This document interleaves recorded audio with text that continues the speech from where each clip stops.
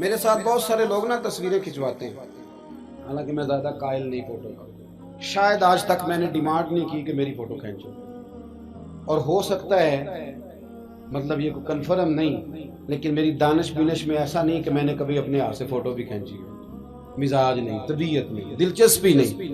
لیکن میرے گاؤں کا ایک موچی ہے، جوتے گانٹتا ہے، اس شخص نے 4 بیٹیاں بیائی ہیں جوتے گانٹ کے، اور میرے ابا جی بتایا کرتے تھے کہ جن دنوں نا دھیلا چونی جوتا گانٹ، اب تو جوتے کوئی گنڈواتا ہی نہیں، اب تو گانٹنے کا رواج نہیں، اب تو بچے نئے لیتے ہیں، تو جوتا گانٹنے کے لیے جب اس کو دیتے تھے تو چونی اگر اس کی ہوتی تھی نا تو اس کو کہتے تھے نا روپیہ تو رکھ لے، تو کہتا کیوں رکھوں جی، میری چونیاں تو میں نے چونی لے لی، اور ناراض ہو جاتا تھا۔ 4 بیٹیوں کی شادی کی ہے اس نے، پھر اللہ نے اسے عمرہ بھی کرایا، اور آج بھی وہیں بیٹھا ہے۔ تو میں جب گاؤں جاتا تو میں کہتا ہوں چاچا میں تیرے ساتھ تصویر کھنچوانی ہے، تو مجھے کہتے ہیں پتر میرا تو منہ بھی نہیں تو گیا میرے ساتھ فوٹو، تو میں کہتا ہوں یار تو ایک انسان ہے، تو ایک مثال ہے، جس بندے نے ہاتھ پھیلانے سے نفرت کی ہو، اب تو چندہ ہی چندہ رہ گیا، چندہ ہی چندہ، اس کے علاوہ اللہ معاف کرے کوئی دوسری شے۔ میں گلاسکو میں تھا تو مجھے ایک صاحب کہنے لگے آپ نے کوئی اعلان شلان نہیں کرنا، مدرسہ نہیں ہے؟ میں نے کہا مدرسے بڑے ہیں پر اللہ کا فضل ہے، کیونکہ وہ نبی کریم کے نام کے ہیں تو ہمیں کبھی کمی کوئی نہیں آئی، کبھی نہیں کمزوری آئی، رونے کا مزاج بھی نہیں، وہ چل رہا ہے مدرسہ۔ تو میں نے کہا آپ کیا سمجھتے ہیں جو یہاں آیا ہے وہ چندے لے نہیں آیا ہے؟ کیا مزاج آپ لوگوں نے بنا لیا، اس سے نکلیں۔ وہ بھی کوئی قومیں ہوتی ہیں جو ہر وقت ہاتھ پھیلا کے رکھتی ہیں۔ قرآن مجید نے صحابہ کی تعریف کی، لا یسألون الناس الحافا، وہ لپٹ لپٹ کر سوال نہیں کرتے۔ یہ صحابہ صفا کی بات کی قرآن پاک نے، لپٹ لپٹ کر سوال، خبردار تھوڑے پہ گزارا کرنا سیکھو، عزت کی زندگی جیو گے۔ اور نوجوان بالخصوص یاد رکھیں، اگر وقار سے جینا ہے، سار اٹھا کے جینا ہے اور مطمئن زندگی گزارنی ہے تو پھر اس بات پہ راضی ہو جاؤ جو اللہ نے ہمیں عطا کیا ہے۔ پھر تیرا 5 مرلے کا مکان، اگر تو نے فراڈ کا مکان خریدا ہے نا 6 کنال کا، تو اس سے تیرا 5 مرلے کا وقار والا گھر بڑا شاندار۔ عزت کے ساتھ اگر جینا چاہتے ہو، حاتم تائی سے کسی نے کہا تھا کبھی تو نے اپنے سے بڑا سخی بھی دیکھا ہے؟ حاتم تائی کا نام ہے نا آج تک سخاوت میں، اپنے سے بڑا سخی بھی دیکھا ہے؟ اس نے کہا دیکھا ہے۔ کون سا؟ کہنے لگا میں نے ایک دفعہ اپنے سارے شہر کی دعوت پکائی تو میں چہرے پہ نقاب اوڑھ کے نکلا کہ پتہ کروں کوئی آدمی رہ تو نہیں گیا۔ تو جب میں جنگل میں گیا تو میں نے ایک بابے کو لکڑیاں کاٹتے دیکھا۔ سب لوگ اس زمانے کے جتنے پڑھے لکھے شعراء ادیب سب میں نے بلائے، بابا لکڑیاں کاٹ رہا تھا، توجہ ہے میری بات پر؟ کہتے میں اس کے قریب گیا، چہرے پہ نقاب تھا، میں نے کہا بابا جی آپ کو نہیں پتا آج حاتم تائی کی دعوت ہے؟ کہنے لگا بیٹے پتہ ہے، تو میں نے کہا جانا نہیں؟ تو کہتے بابے نے عجیب جواب دیا، کہنے لگا مجھے نا اپنے ہاتھوں کی کمائی کا چسکا لگ گیا۔ کس کا چسکا؟ ہاں آج کل چسکا یہ ہے کہ کسی کو پارٹی کیسے ڈالنی ہے، کیسے مفت کی روٹی کھانی ہے۔ کس کا چسکا لگ گیا؟ اپنے ہاتھوں کی۔ بولیے۔ میرے نا مدرسے میں ایک لائق بچہ پڑھتا ہے، مالدار گھرانے کا تھا، تو تھوڑی سی نا آپ کو پتہ ہے دوران طالب علمی ہمیں بھی بڑے بہانے آتے تھے، تو یہ چیزیں یاد آتی ہیں، تو تھوڑا آگے پیچھے ہوتا تھا۔ مدرسے میں کام ہو رہا تھا تو میں اس کو کھڑکی میں لے کے کھڑا ہو گیا، میں نے کہا بیٹے ایک چیز تجھے دکھانی ہے، جب تیرے سامنے بھنا ہوا گوشت رکھا جاتا ہے تو نخرے کرتا ہے، ادھر بھی آ ایک نظارہ دیکھ۔ مزدور نا سویرے 2 روٹیوں کے بیچ اچار رکھ کے لاتا ہے، اور جب وہ دوپہر کو کھانے لگتا ہے نا میرے بھائی، تو وہ اچار اس کی روٹیوں کو بھی لگ جاتا ہے، پونے کو بھی لگ جاتا ہے، لیکن جب دوپہر کا وقت ہوتا ہے تو مٹی سے لتھڑے ہوئے ہاتھ پہلے وہ جا کے ٹوٹی پہ دھوتا ہے، پھر وہ کیا کرتا ہے کہ وہ پانی کا پیالہ خود بھر کے رکھتا ہے، توجہ میری بات پہ رکھیں، پھر وہ زمین پہ بیٹھتا ہے، اور جب وہ پونا کھولتا ہے نا، کبھی اسے کھاتے ہوئے دیکھو، یوں محسوس ہوتا ہے کہ دنیا کی ساری نعمتیں اس کے سامنے پڑی ہوئی ہیں، اور ٹیبل پر بیٹھ کر 22,000 کی روٹی کھانے والے اتنا شکر ادا نہیں کرتے جتنا وہ بندہ شکریہ ادا کرتا ہے۔ یا اللہ تیرا شکر ہے، یا اللہ تیرا شکر ہے۔ اور ان کو لفظ نہیں سیدھے پڑھنے آتے، ویسے بھی لفظ تاثیر سے بنتے ہیں، تلفظ سے نہیں۔ اہل دل آج بھی ہیں اہل زبان سے آگے. صحیح تلفظ نہیں ادا کرنا آتا، لیکن جب وہ ہاتھ باندھ کے کہتے ہیں نا یا اللہ تیرا شکر ہے، تو یوں محسوس ہوتا ہے کہ روٹی تو اس بندے نے کھائی ہے. کھانا تو، ورنہ شادی کے موقع پر اتنا کھایا نہیں جاتا جتنا تباہ کیا جاتا ہے، کیونکہ مفت کا ہوتا ہے نا، مفت کا. تو یاد رکھیں محنت کی کمائی ایک حسن ہے، ایک وقار ہے. وہ جو بندہ 50 لاکھ روپیہ مہینے کا یا سال کا کماتا ہے وہ تو دیکھتا بھی نہیں بیچارہ پیسوں کو. وہ بینک میں آئے اور بینک سے ہی ساری زندگی اپنی دولت دیکھ سکتا، لیکن جو 600 روپیہ دیہاڑی لیتا ہے نا، اس کو جب شام کو ملتی ہے تو 3 دفعہ ہاتھ صاف کرتا ہے اور 3 دفعہ بسم اللہ شریف پڑھتا ہے اور پھر وہ جیب میں ڈالتا ہے. پھر وہ حساب کرتا ہے کہ 50 کہاں لگانے ہیں، 60 کہاں.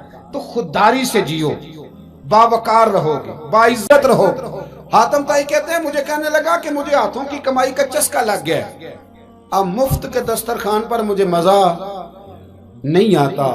تو کہتے ہیں میں تو بس اس کا فدائی ہو گیا. جب میں واپس آنے لگا تو اس نے مجھے آواز دی، میں واپس پلٹا تو کہنے لگا بیٹا آپ بھی دعوت پہ جا رہے ہیں؟ میں نے کہا ہاں. تو اس نے مجھے 5 دینار نکال کے دیے. کہنے لگا یہ لے جاؤ، حاتم طائی کو نہ دینا، وہاں جو آدمی لنگر پکا رہا نا اسے دے دینا، یار بڑے بڑے لوگوں نے روٹی کھانی ہے، چلو میرا بھی حصہ پڑ جائے گا.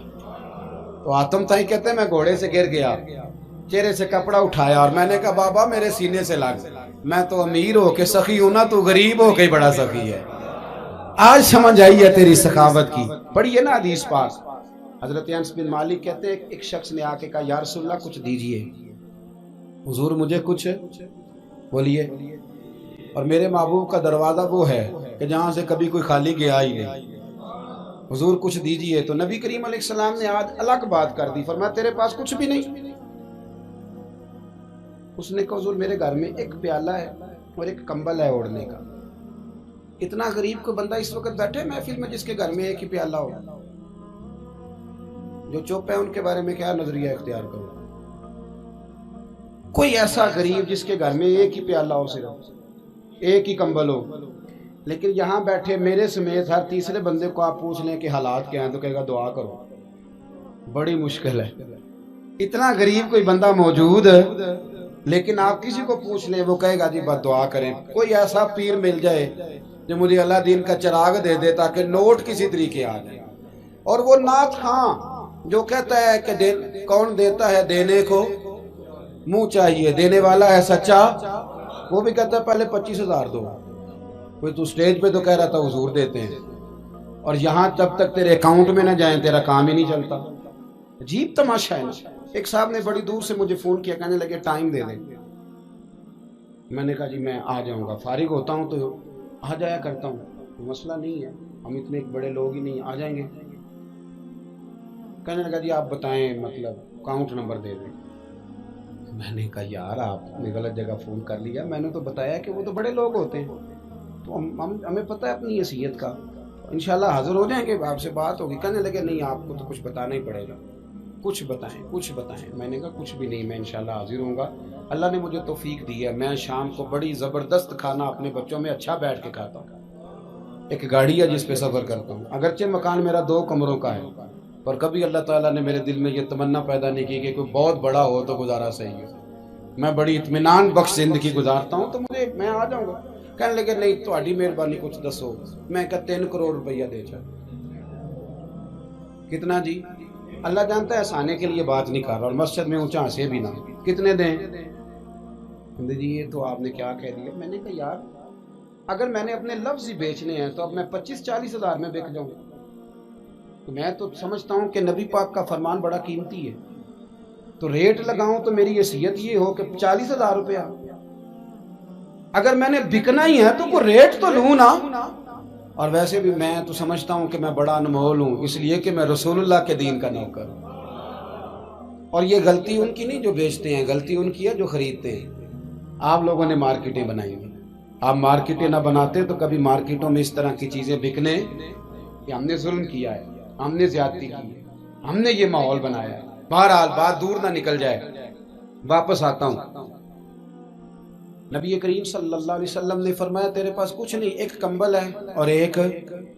حضور نے فرمایا لے کے آ.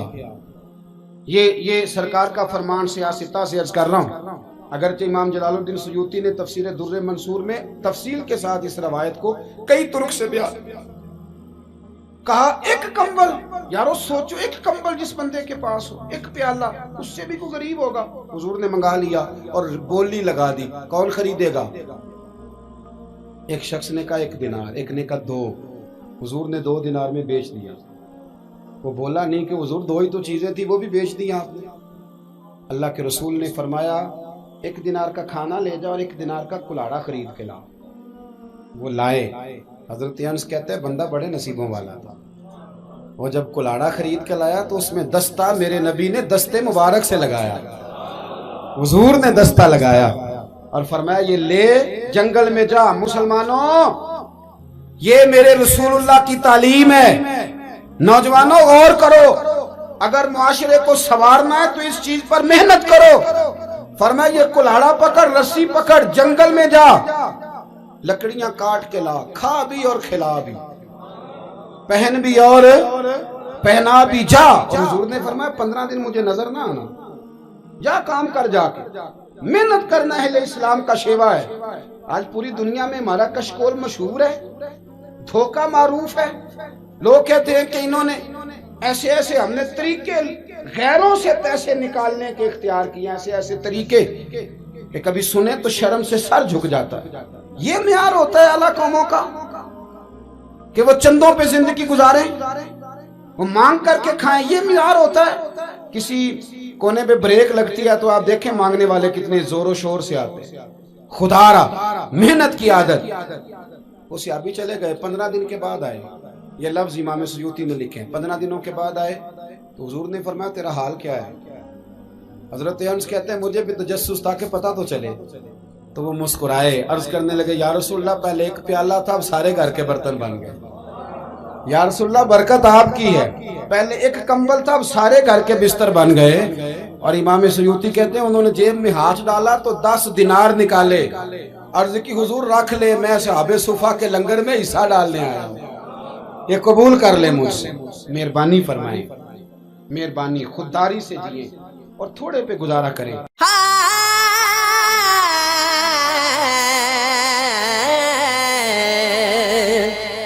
دین سے دور نہ مذہب سے الگ بیٹھا ہوں، دین سے دور نہ مذہب سے الگ بیٹھا ہوں. تیری دہلیز پہ ہوں سب سے